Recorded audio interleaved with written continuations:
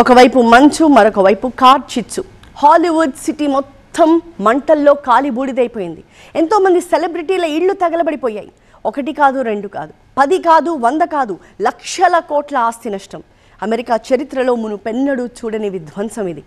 ఎక్కడ మంట అంటుకుందో తెలియదు. కుట్రకోణమా? ఇప్పుడే తెలియదు. కానీ ప్రస్తుతం వేలాది ఎకరాలైతే బూడిదైపోయాయి. లక్షల మంది నిరాశ్రయులుగా మిగిలిపోయారు.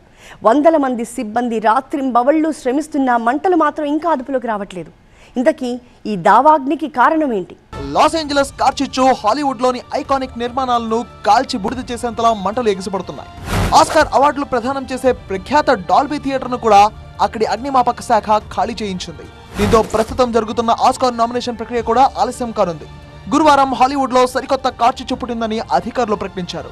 ఇది అత్యంత వేగంగా వ్యాపిస్తుండటంతో హాలీవుడ్ హిల్స్ ను ఖాళీ చేయించారు అధికారులు. చాలా మంది సినీ తారలు ఇళ్లు, సంపదను కోల్పోయారు. మొత్తంగా 2000 నిర్మాణాలు దగ్ధమైనట్టు లెక్కలు చెప్తున్నాయి. 5 వరకు ప్రాణాలు కోల్పోయారు. దాదాపు 1.3 లక్షల మందిని ఇళ్లు ఖాళీ చేయించారు. ఇప్పటి వరకు మొత్తం 6 చోట్ల కార్చిచ్చులు వ్యాపించినట్టు అధికారులు ప్రకటించారు. వీటిల్లో 15,800 ఎకరాలను కాల్చి బూడిద చేసిన పాలిసార్డ్స్ ఫైర్ అతిపెద్దది. దీని తర్వాత ఈటన్ ఫైర్ 10,000 ఎకరాలను దగ్ధం చేసింది. ఆల్టడేనా, పసాడేనా ప్రాంతాల్లో ఇది ఉంది. ఇక హాలీవుడ్ హిల్స్ ను చుట్టుముట్టిన సన్సెట్ ఫైర్ వేగంగా వ్యాపిస్తోంది. సైల్మర్ ప్రాంతంలో హోరెస్ట్ ఫైర్ 800 ఎకరాలను బూడిద చేసింది. లిడియా ఫైర్ 350 ఎకరాలను కాల్చేసింది. ఇక ఉడ్లీ ఫైర్ ను అధికారులు నియంత్రించారు. లాస్ ఏంజలస్ సంపన్న ప్రాంతం కావడంతో నష్టం కూడా భారీగానే ఉంది.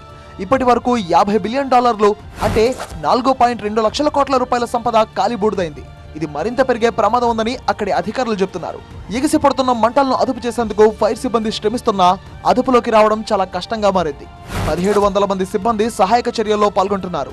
మరో 7,500 మంది సిబ్బందిని కాలిఫోర్నియా సిద్ధం చేసింది. 1162 ఫైర్ ఇంజన్లు, 23 వాటర్ టెండర్స్, 6 ఎయిర్ ట్యాంకర్స్, 31 హెలికాప్టర్లు, 53 డోజర్స్ తో మంటలను అదుపు చేసేందుకు నిరంతరాయంగా పనిచేస్తున్నారు అధికారులు. మంటల్లో కమలా హ్యారిస్ ఇల్లు కూడా దగ్ధమైనట్టు సమాచారం అందుతోంది. ఇక TV reality star Paris Hilton నివాసం కూడా పూర్తిగా కాలిపోయింది. ఇందుకు సంబంధించిన ఫోటోలను ఆమె ఇన్స్టాలో పోస్ట్ చేసింది. నటులు Eugene Levy, Billy Crystal, John Goodman ఇళ్లు కూడా ధ్వంసమయ్యాయి.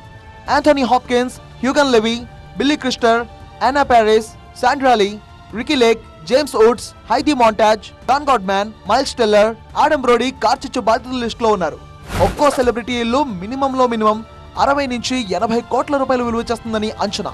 హాలీవుడ్ హిల్స్ లోని రన్యన్ కెనాన్ లో గురువారం ఉదయం నుంచి మంటలు అంటుకుంటున్నాయి. వీటిని అదుపు చేసేందుకు సిబ్బంది ప్రయత్నిస్తున్నా అదుపులోకి రావడం లేదు. హాలీవుడ్ హిల్స్ లోని 19 ఎకరాలు దహనమయ్యాయి. ఇక్కడ ప్రముఖ పబ్లిక్ పార్క్ అయిన హాలీవుడ్ బౌల్ ఖాళీ చేయించారు.